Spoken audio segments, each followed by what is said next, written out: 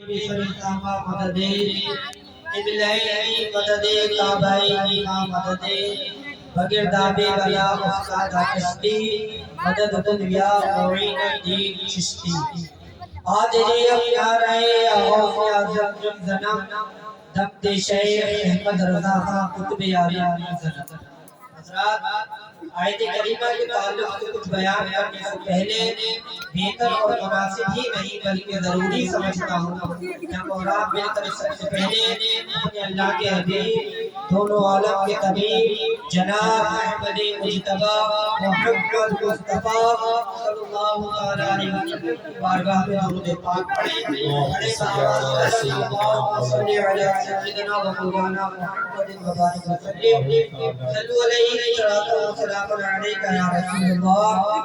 صلی اللہ علیہ وسلم حضرات اعلیٰ حضرت صدیق البرکت امام احمد رضا خان قادری بریلوی علیہ رحمہ حضرت کی زبان سے ارشاد فرماتے ہیں کہ سرور کہوں کہ مالک و مولا کہوں تجھے سرور کہوں کہ مالک و مولا کہوں تجھے باغ خلیل کا گلے زیبا کہوں تجھے باغ خلیل کا گلے زیبا کہوں تجھے اور تیرے تو وصف عیب تناہی سے ہے بنی تیرے تو وصف عیب تناہی سے ہے بنی میرا ہو میرے شاہ کیا کہوں تجھے اور اعلیٰ حضرت فرماتے ہیں لیکن رضا نے ختم سخن اس پر کر دیا لیکن رضا نے ختم سخن اس پر کر دیا خالق کا بندہ خلق کا آقا کہوں تجھے خالق کا بندہ خلق کا آقا کہوں تجھے اور شاعر کہتا ہے کہ قلب میں جذبہ ایمان کہاں سے آتا قلب میں جذبہ ایمان کہاں سے آتا آپ آتے لگو قرآن کہاں سے آتا آپ آتے لگو قرآن کہاں سے آتا اور ہے خدا ایک یہ اعلان کہاں سے آتا ہے خدا ایک یہ اعلان کہاں سے آتا یعنی بتخانوں میں بہار کہاں سے آتا یعنی بتخانوں میں بہار کہاں سے آتا اور تجھ پہ قربان میری جان نبی الاول تجھ پہ قربان میری جان نبی الاول پورا آقا تو یہ رمضان کہاں سے آتا پورا آقا تو یہ رمضان کہاں سے آتا اور خواجہ ہند کا احسان ہے ہم پر یارو خواجہ ہند کا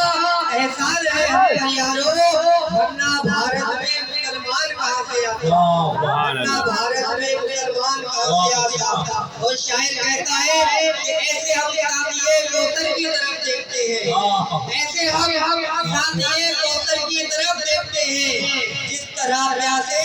سمندر کی طرف دیکھتے ہیں جس طرح پیاسے سمندر کی طرف دیکھتے ہیں اور شاعر کہتا ہے کہ رخ ابھی مور زیارت کا مزہ لینے دے رخ ابھی مور زیارت کا مزہ لینے دے ابھی ہم چہرے انور کی طرف دیکھتے ہیں ابھی ہم چہرے انور کی طرف دیکھتے ہیں اور شاعر کہتا ہے کہ لوگ کے نیزہ سے تلاوت کی صدا آتی ہے لوگ کے نیزہ سے تلاوت کی صدا آتی ہے لوگ حیرت سے کٹے سر کی طرف لوگ حیرت سے کٹے سر کی طرف دیکھتے ہیں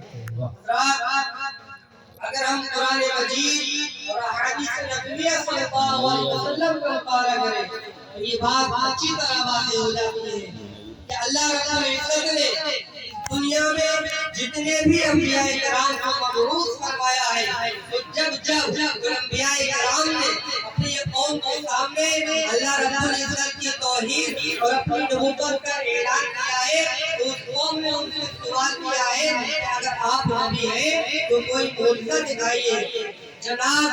حضرت موسیٰ علیہ السلام جب اپنی قوم کے سامنے اعلان کیا کہ اے میری قوم اللہ ایک ہے اس کا کوئی شریک نہیں اور میں اللہ کا نبی ہوں اللہ کا بھیجا ہوا پیغمبر ہوں میں اللہ کا رسول ہوں تو اس قوم نے کہا کہ اے موسیٰ اگر تو نبی ہے تو کوئی معجزہ دیکھا اور موسیٰ علیہ السلام نے اپنا نورانی ہاتھ اپنا نبوت والا ہاتھ اپنے قمیص پہ ڈالا اور جب باہر نکالا تو سورج کی طرح چمکا ہوا ہوا تھا. اس کے بعد حضرت عیسیٰ علیہ السلام نے اپنی قوم کے سامنے اعلان کیا کہ اے میری قوم، اللہ ایک ہے، اس کا کوئی شریک نہیں، اور میں اللہ کا نبی ہوں، اللہ کا بھیجا ہوا پیغمبر ہوں. تو قوم نے کہا اے عیسیٰ، اگر تو نبی ہے تو کوئی معجزہ دکھا. تو عیسیٰ علیہ السلام نے اپنا نبوت والا ہاتھ، اپنا نورانی ہاتھ ایک اندھے کی آنکھوں پر پھیرا، اس کی آنکھوں میں نور آ گیا، اس کی آنکھوں میں نور آ گیا. رات جتنے بھی انبیاء کرام اس دنیا میں تشریف لائے سب معجزات لے کر آئے. حضرت آدم علیہ السلام اس دنیا میں تشریف لائے تو معجزات لے کر آئے. حضرت نوح علیہ السلام اس دنیا میں تشریف لائے تو معجزہ لے کر آئے. حضرت ابراہیم علیہ السلام اس دنیا میں تشریف لائے تو معجزہ لے کر آئے. حضرت داؤد علیہ السلام اس دنیا میں تشریف لائے تو معجزہ لے کر آئے. حضرت عیسیٰ علیہ السلام اس دنیا میں تشریف لائے تو معجزہ لے کر آئے. لیکن جب باری آئی محسن انسانیت کی، جب باری آئی حاملہ کے بھائی کی، جب باری آئی مدینے کے تاجدار کی، جب باری آئی نبیوں کی سردار کی، تو میرے نبی نے مکے میں اعلان کیا کہ اے میری قوم سن لو، اللہ ایک ہے، اس کا کوئی شریک نہیں. تو قوم نے کہا اے نبی، اے محمد، اگر تو نبی ہے تو کوئی معجزہ دکھا، اگر تو اللہ کا رسول ہے تو کوئی معجزہ دکھا. تو میرے نبی نے صفا کی چوٹی پر کھڑے ہو کر اعلان فرما دیا کہ اے لوگوں،